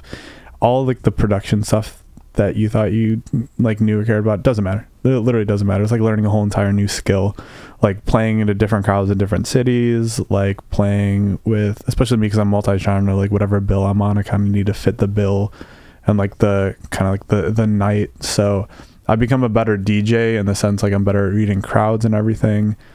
So that's one aspect. But then I realized once I'm in that kind of like, you know, touring DJ mode, I cannot write music I'm so bad at it. Like I feel a little bit more like burnt out or stuff like that. Like it's just hard for me to, you know, finish a whole entire song. Like I'll write like, some chords here and there and like come up with some cool basses, but it's a lot harder for me to like finish a song. So I've really kind of separated the two, the producing and DJing modes, I would say. So like right now I'm playing a lot of shows, so I'm more focused on DJing. And then I'm going to take a little bit of a break in the summer just to finish like a bunch of demos that I have and like kind of start new ideas. Because yeah, I've just found it's just difficult to do both at once. And I love both independently and together. But yeah, I think that's the biggest thing I've learned, like the year and a half that I've been, I wouldn't say touring, but traveling consistently. So yeah. So it's like, are you the type to like be making, like you were saying, okay, make some chords? Is that like on the plane? Like, do you enjoy I definitely like when the inspiration comes, I'll definitely do it. But especially because I also do have my 9-to-5 job. Like if you like, let's say like I want to write music or like and stuff like that after work, but I have a show like this upcoming Saturday, like I have to focus on the DJing. I got to make sure like my sets properly. So it's also like a time thing as well. Yeah, it's a time thing. Yeah. So, obviously when inspiration strikes, I'll definitely write music, and it's obviously just good to hop in your DAW just to keep like not feel like you're just withering. Yeah, exactly. So I definitely do that, but I realize it just takes a lot longer for me to come to finish a song. I'm really good at like writing ideas, but to finish them is a whole different ball game, and I have to like be in like a producer mindset to like finish writing a song. Yeah, what's like the cool down? Like, let's say you go somewhere in Omaha, just because that was your last show, and then you come back and it's like, are you like, oh, like I'm gonna, like how long does it take for you to be out of DJ mode? Well, it's kind of funny because, I played Omaha last Saturday, and over the whole entire weekend, because I had early flights, we played super late. Obviously, I got a total of like 4.5 hours of sleep over the whole entire weekend with traveling. That'll get you. And like I worked Friday and I worked Monday. And so, I didn't recover until today. Like I finally feel back at 100%. It's Wednesday today. So the cool down took 72 hours just to play one show in one city. So that's definitely something I've been kind of adjusting. And so like when I have off weekends now, I usually don't go out. That's when I'm catching up on, like, for example, doing my taxes and like working out and like actually sleeping and doing stuff like that. So like the work-life balances, it took me a while to kind of adjust, and I take my health a lot more seriously. So I'm running a lot more and like eating healthier, because on the weekends when I'm playing shows, it's whatever's everyone's drinking. By, I'm not sleeping. Like I think there's so much adrenaline going on. So it's a delicate balance of trying to kind of get it all together, but I've kind of figured it out. So I feel like it's like a muscle that like the more you do it too. So like before, when you were getting bookings, it was like, were you doing everything? Like, it was all coming through you. Yeah, exactly. So doing like advances and stuff like that was all my job. That's good though, that you like, got to be at the ground floor on that and figure it out for yourself, because then you at least know what's going on. Yeah, exactly. So I know like how the process works and stuff like that, which is good. I'm also like, so I do have an agent, but I don't have a manager right now. So, but I'd been unmanaged for so long where like I don't really need a manager anymore. I kind of just make it happen on my own. Like all the managers I've had have been fantastic and I love them, but it's like, just because I had done it for so long without it, I know how to operate my project. So it is kind of funny. I love having Cole, my agent. Shout out Cole. He's a great agent first and foremost, and I do love submission. But he just does all like the stuff that I don't want to do, like just like setting advances. Dude. Yeah, literally. Appreciate that. Yeah, and he's also the person that like will gather the troops to pay me my money. So So do you feel like it's like really valuable for yourself? I mean, like, also, do you feel like that would have been valuable for yourself when you first started?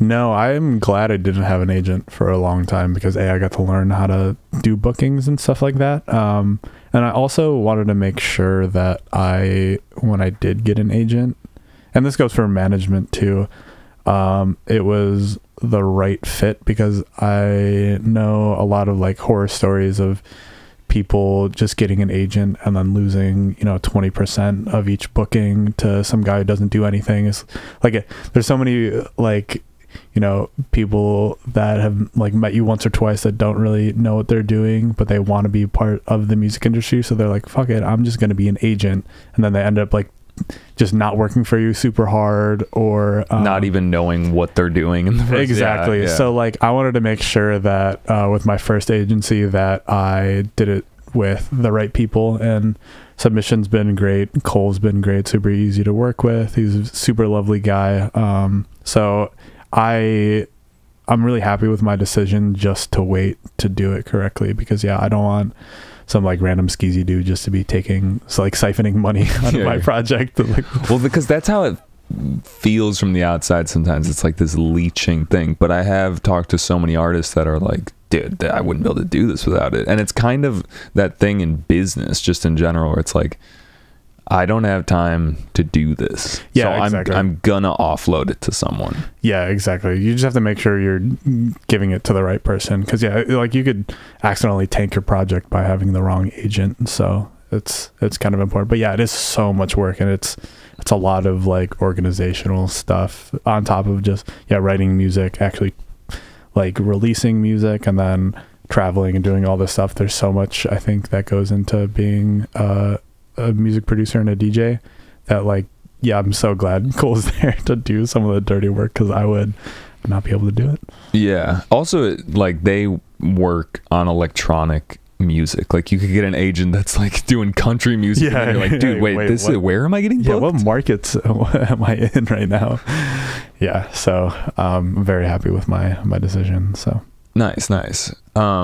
In terms of like going forward, you said that you're going to be like not doing quite as many shows to work on some music, but like, I don't know, are there any goals in mind for the project? Any like, goal posts that you're like, oh, I want to get there?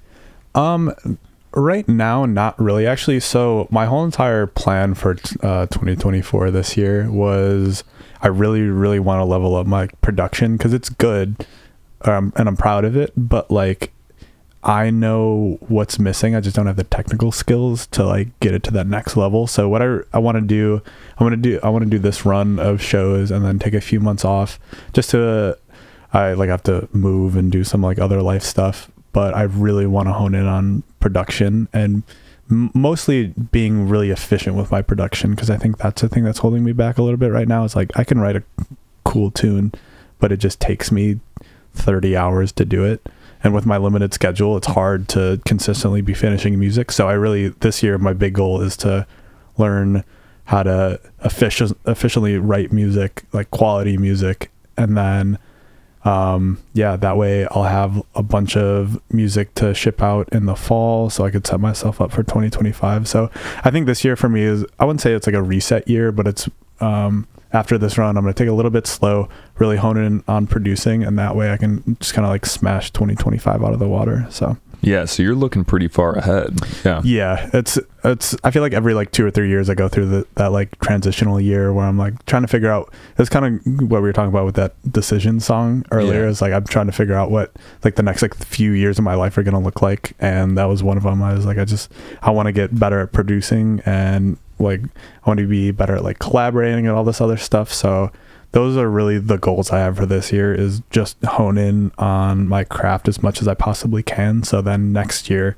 I'll have the skills and the tool sets to really be able to do both like DJing and producing quality stuff at the same time, if that makes sense. That makes sense. Yeah. I think that that's a good way of doing it, first of all. But I was also wondering if you ever get the like FOMO, like that, in your head, you're saying like, oh, I really want to focus on the production, but then it's like there's shows out there to be played, or maybe even on the production side of things, you're like, oh, I'm really into this sound, but I have all these tracks that I still need to release that I'm kind of over. Like, I don't know. I feel like I'm curious what your take is on being able to pivot quickly as well. Yeah, it's kind of difficult. Here, what was the first part of your question? Because I had a good response to that. The FOMO of like shows. Yeah, that's right. So I definitely get FOMO, and I have like goal shows that I want to play, obviously, like that. But I so it's funny because I've been doing music for so long. I've kind of like, I've had so much FOMO, but I've realized things still happen the next year. So I'm really not trying to rush anything. And I kind of had this like revelation at the end of last year where it's like, there's so much like shit that's going on in the music industry, so much bullshit, so many good things, so many bad things. But the root, I don't kind of like whittle down to like, what do I truly enjoy? And that was like writing good quality music that represents me. And I realized whenever I focus on that, all the stuff, all the good stuff just comes after that. So I realized like, yeah, I really want to play like infrasound one year, and I was hoping maybe I play it this year. But that's not going to happen this year. However, I still have that goal. It's going to happen again. So it doesn't really matter that it's not happening in like the timeline that I had. As long as everything that's good that's happened to me has come from like my own productions and putting time into my craft. So yeah, I do get FOMO sometimes, but it's not the end of the world to me. And just like, I do like having like more loose goals. So I'm also not disappointed when I like don't hit a goal or something like that. It's also like expectation management sort of thing, but it's like aspirations, but you're not like, oh, I told myself I needed to be playing infrasound. Yeah, exactly. Like I'm not married to those ideas. I'd love for them to happen, but like I said, as long as I put the time into my craft, good things happen afterwards. So yeah, it's kind of all it whittles down to. I feel like what you're good at, I mean, at least from what you were just explaining, is like distilling the like core belief, the core thing that, you know, makes you tick, that you enjoy about it. Because if you don't have that, you're kind of like, you start getting burnt out. Yeah, 100%. I've seen so many people burn out really quickly. And that's the one thing I'm scared of the most, is burning out. So it's all trial and error and kind of figuring out like my boundaries and what works for me and what doesn't. But yeah, I told myself that like my biggest fear is burning out. And also like, I'm never going to stop doing this music project. Like I will never quit. And it's just a matter of figuring out what works for me. I'm going to have like super slow times. I'm going to have crazy times, but like, as long as the arc is going slightly up during the trajectory of my career, it doesn't really matter. So I'll have peaks, I'll have troughs, but that's just life. So yeah. I mean, very introspective on your part. I feel like maybe there were mushrooms in the, it was the tea, in the dude. tea. It was the tea. The tea. One thing actually, just because we were talking about this now, you know, never stopping the project, the Sign Clash thing, like the record label. I know that in this interview that you had, you were like, oh wow, I haven't heard that in a while. But does that feel like a more realistic play if you're talking about like never really stopping? Yeah, I mean, I think that when it comes to like the record label, I didn't have any idea what I was doing. It was definitely a great thing. I needed to do it at that time during COVID, also just to get like self-releases out and stuff like that. But it was really good experience because I learned that effort it takes to run a record label, and I realized I kind of like stopped it before it became anything massive, because I was like, I want to do this correctly. I already know like A, this is going to be too much work for me, and like B, I want to make sure I'm doing it completely correctly, and also it's super expensive. So I'm really glad that I had Sign Clash to kind of like test the waters with that, and like I'd love to run a record label one day and like help curate like a sound and all this stuff like that. But it's a lot of work, it's a lot of money, it's a lot of time, and I just want to be able to do it right. So maybe one day when the timing's right, I'll like revitalize it. But yeah, running a record label is difficult. I bet. Did you actually have releases from people outside of yourself? I had one or two lined up, and then after about like a few weeks of me trying to just gather all the correct information, like everyone's like BMI number and all this stuff, I realized like this is just so much work, and I didn't have anybody else helping me. Well, my manager at the time, Kevin, he helped a little bit, but I realized like it's like I don't even have a good way to, you know, I don't have the right spreadsheet to get everyone's like how do I pay people via label engine? Yeah, and you don't want to leave someone on the hook or something. Yeah, I do not like. I would hate to like have someone like release with me, and then like I can't figure out how to pay them correctly, and then they get upset and all this kind of thing. So I was like, I'm just gonna like kind of stop this a little bit earlier than I'd wanted to. Not because I didn't want to do it. I was just like, I want to do it correctly and make sure everything's right first. So I have the tools now. Like I kind of know how to run things. Also, I know a lot more people that run labels now, so I could like, ask them advice and stuff like that. But yeah, it's a lot of work. But yeah, I would love to have like a little collective or like some sort of little space to kind of curate my own idea of a label and sound. So. Yeah, that'd be really cool. I mean, I know you already have like a lot of people around you that, you got friends and and people that are doing that. It's just not this like thing that's out in the open, as in like you're not trying to make this group. It's like, it's kind of not putting too many eggs in one basket, or I don't even know what the phrase is, but I just don't want to thin myself out too much. So yeah, this is kind of what I was going to say, because it's been like a theme of a lot of things that we've talked about. It's like doing the rep correctly. You know what I mean? And it's about the quality of the rep versus just doing a lot and then being like, I kind of fucked my shit up now. 100%. Yeah. That's one of the things I've learned over the last like year and a half is just now that I'm in this space where I get to see all these, like the music industry is like the Wild West. Like no one has any idea what they're doing. And so, right, because someone will tell you like, oh dude, you got to do this, and you're like, that's the exact wrong advice. Yeah, exactly.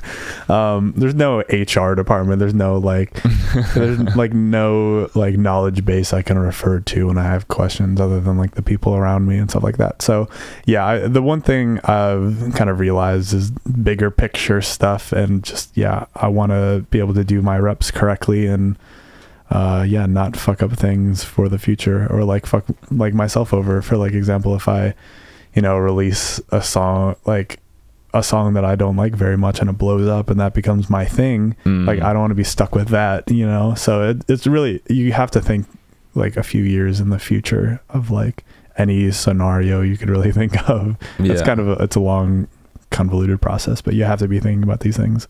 Being methodical, being intentional. Yeah, 100%. Yeah, that's a great way to put it. That's actually just a theme that has come up in my life a lot is, like, I've brought this up on the pod before, but it's like a lot of YouTubers quit, and I heard someone's explanation of it was like, every time you get a new opportunity, it's great, but at the same time, that pulls you away from your core thing that you set out to do. Yeah, exactly. So like, and that really resonated with me, because it's like I am the type of person that will bite off more than I can chew. Yep. And then I'm just like, dude, I don't even like all these things, all these responsibilities that I have. And then also, I think another reason for it, and it's like, okay, we're not actually like that old.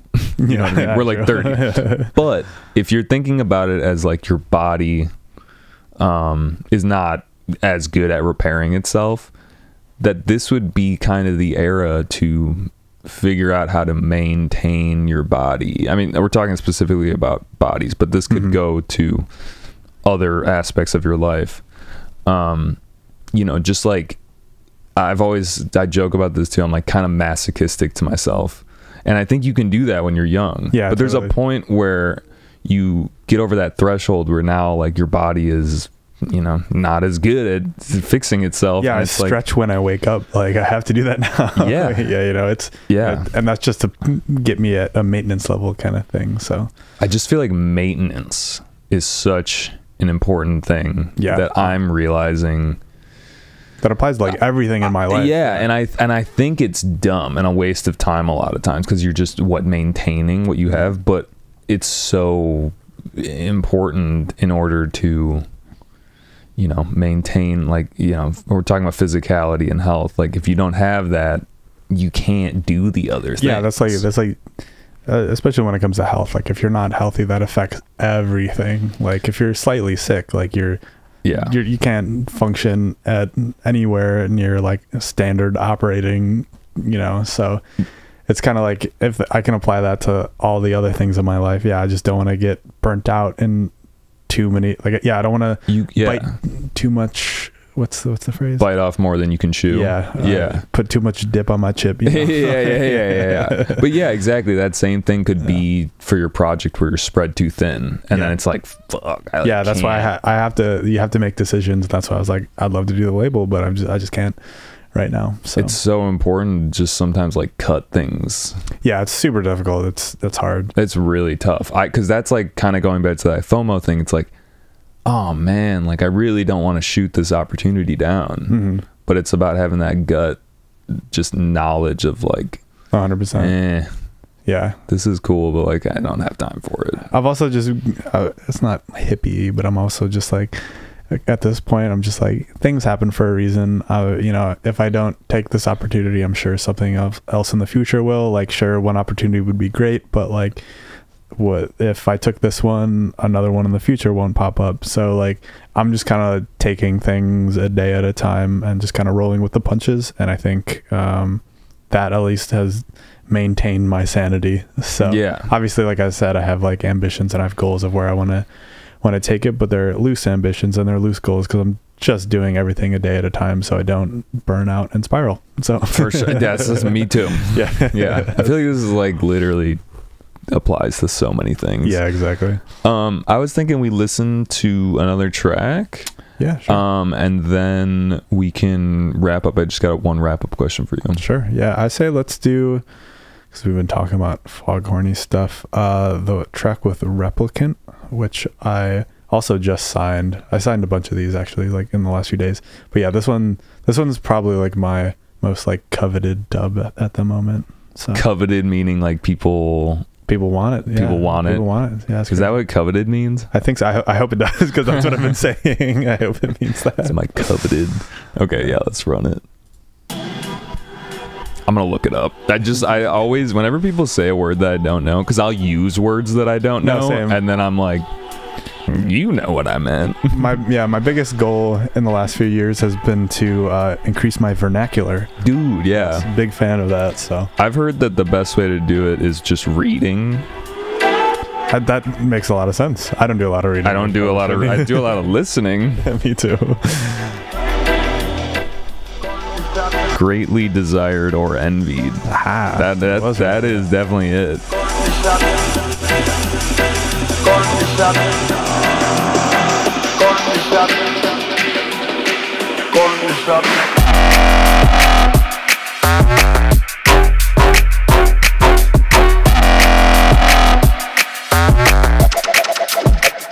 Ooh.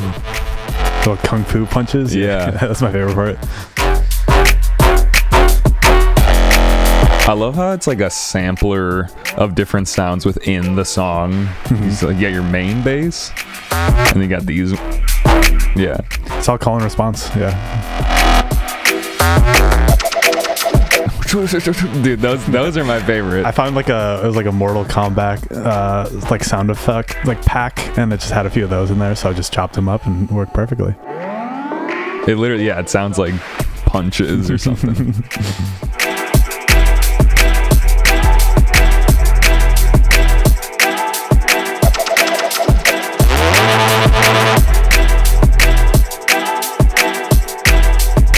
Yeah, the collaborator on this track, Replicant, he just sent me the first like Foghorny bass and that 808, and within, I don't know how it came together so quick, but yeah, I finished it in like a day. Everything else is pretty much me, but yeah, without those two core, that call and response that he sent, I immediately was like, I could finish this in a heartbeat. Yeah, easy. Yeah. I'll just do the response and call it a day.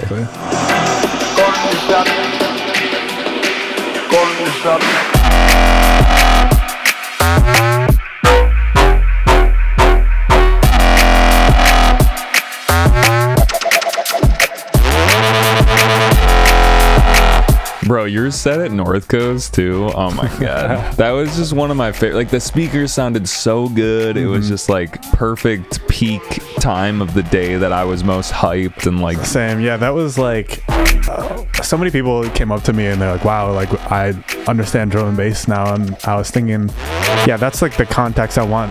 Like I had in my head when I started making drum and bass is like, yeah, fire, like great sound system, like just sweaty, packed, like just bodies moving. So I think that set was it was great because it was in my hometown. B had a bunch of homies there, but that was truly like the context I wanted my music to be heard in. So like, yeah, all the ideas I had in my head about, you know, I see the pyro in my head whenever I'm making a drop actually happen there, and it burned all my arm hair off. But yeah, dude, it was hot in there. It was hot. I thought I was gonna pass out on stage. Really? Like you got a couple of those like, oh, I like you step to the left or something, and you're just like, I'm dizzier than I thought I was. So much. I was so nervous because there's so many people I knew there. It was also day 3 of like a festival weekend. I played late and it was 110 degrees with fire all around me. I was like, I think I'm gonna pass out, but I didn't. So and they legit lit the fire for your set, for like my set, like the top. Yeah, it scared the shit out of me the first time it happened, but it was so cool. No, it was sick. Yeah, and there's just like the way that they like were lighting it. They were trying to light it for a couple times. So for people that don't know what we're talking about, at North Coast they have this fire pit, and it's basically one of those like metal cage ball things that you'd almost see at like a playground, and there's like pyrotechnics like shooting at the top of it, but there's this thing that they light where it's like at the top of it, it's like there's fire going through the metal, and it just looks so cool. It looks like a cloud of flame essentially. It's called the Incendia stage, and I know they do things, I think in like Bonnaroo and some other festivals. Yeah, they have this like just massive canopy. And also I'm tight with the fire guy. His name is Sal, so shout out Sal. But yeah, essentially it's just a dome that's on fire, and I don't the physics of it feels not safe. It does not feel safe. That's why I love it. No, that's what's cool about it. Yeah, so shout out Sal for not letting everybody on fire. But and then there's also like a row, like a pipe that has like different little shoots of fire. Yeah, exactly. That like can come up and down. And that was near you, and you said that it burned your arm hair. All my arm hair off. And it's funny, after my set, me and my photographer Nathan, I wanted to just take some photos afterwards, and I was just like, we just did some like press shots or whatever, and I can't use any of them because my whole face is like sunburned from the pyro in there. No way. Yeah, it's so funny. They're such horrible photos, and I didn't even think about it. But yeah, I got back the next day. I was like, if I didn't get, I legitimately got burned. It wasn't sunburned. I just got burned. Yeah. So, damn. Yeah, but it was like minor. Yeah, I wasn't like peeling or anything like that. But yeah, no, the press shots are ruined, and I definitely had to put a lot of moisturizer on the next day. Damn. Yeah. Wait, there was one other thing I wanted to ask about it. Oh yeah, weren't the like decks hot too? The decks were super hot. So that's like. And they were Pioneer, like whatever. Like, yeah, they're CDJs. So like another testament to like being a solid piece of gear. No, 100%. Shout out. It was a 3000s. But yeah, so selecting the song, those knobs were incredibly hot. Like, yeah, literally. It's like, like that's all those like DJ memes are like, why are you like taking your hand away so hard? Like I legitimately had to do that because the decks were so damn hot. That's so weird. Like, gotta pick a quick song. Like, yeah, exactly. Yeah, I gotta pick now because my fingertips will fall off. But yeah, that was so cool. I'm like, that was the set for me too. That was just like, damn, that was actually like my favorite set of the weekend. That's crazy. Just like cool. It was dope. Yeah. But my wrap up question actually was gonna be like, what was your favorite set that you've played? Ooh, that's such a good question because I have so many. It's just because I've been playing so many shows in the last like year or so. It changes all the time. I think North Coast is definitely up there with one of the top ones. Another one that stands out to me. So I guess one thing I have learned in the last few years of like traveling a lot for shows is some of the best shows are small town collectives where it's like 100 cap room. in like the most random city ever. So one of the most fun shows I've ever played was in Spokane, Washington, maybe like a year or two ago. Maybe 150 people were there. It was in like a dive bar turned into a venue, and it was great because I was super excited, but I was like, why? I'm in bumfuck nowhere, Washington. Like, I didn't know how the show was gonna go, and then the people there were so excited just to like hear bass music, and then some like people knew my songs and stuff like that. So a lot of those like smaller shows are some of my favorites. But I guess if I had to pick my favorite of all time, I played this club in Bristol called Lakota, which is in the UK. It's in the UK. Yeah, I played it 2021. Yeah, towards the end of the year. It was like me. It was me, Turno, and then Amplify, who are just great jump up DJs. And so this club Lakota is in Bristol, and before COVID I'd gone to the UK just for a vacation, and I saw K9 play there, and that's a whole story in itself. I'll condense it, but essentially it was the first drum and bass, like proper drum and bass show I'd ever been to in my life. A kid fell through the ceiling next to me. What? Yeah. Was there like something upstairs going on? So apparently it's in an old church, so it's like super, rickety. Rickety is the perfect word for it. Super rickety, and someone somehow got on the roof while K9 was playing, and the bass weakened the structure of the building. Oh my God. And this kid just plopped through, and we thought someone died, and he ended up being fine. But yeah, they had to stop the show for a few minutes, like wheel him out, and then K9 just started shelling again. Good thing he didn't fall on you. Yeah, no, that would have been horrible. Jesus. Yeah, there's articles on it, you can look it up. But yeah, so I remember like I was at this point in my career where I needed to do I want to do something different, and I just started dabbling, making drum and bass, and that show solidified it for me. I was like watching K9 looking at the stars through the roof with like a red stripe in my hand. I'm like, all right, I want to make drum and bass. This is fucking awesome.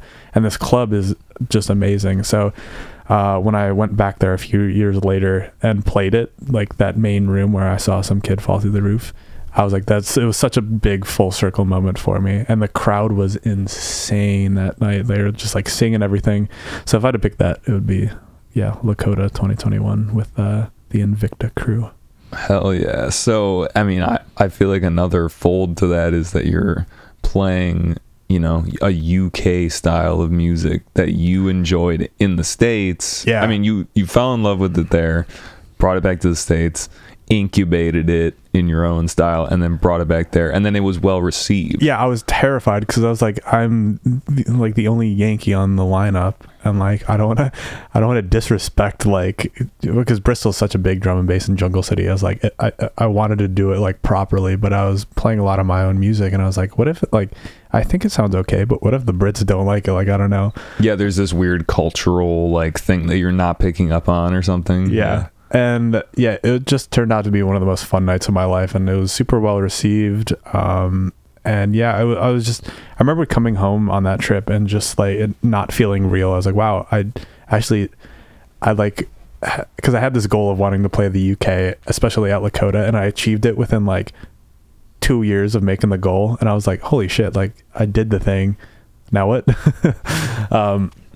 But yeah, so that whole entire night and that whole entire show was just very good full circle. I will always remember that till the day I die. So that's dope. Yeah, that's a good one.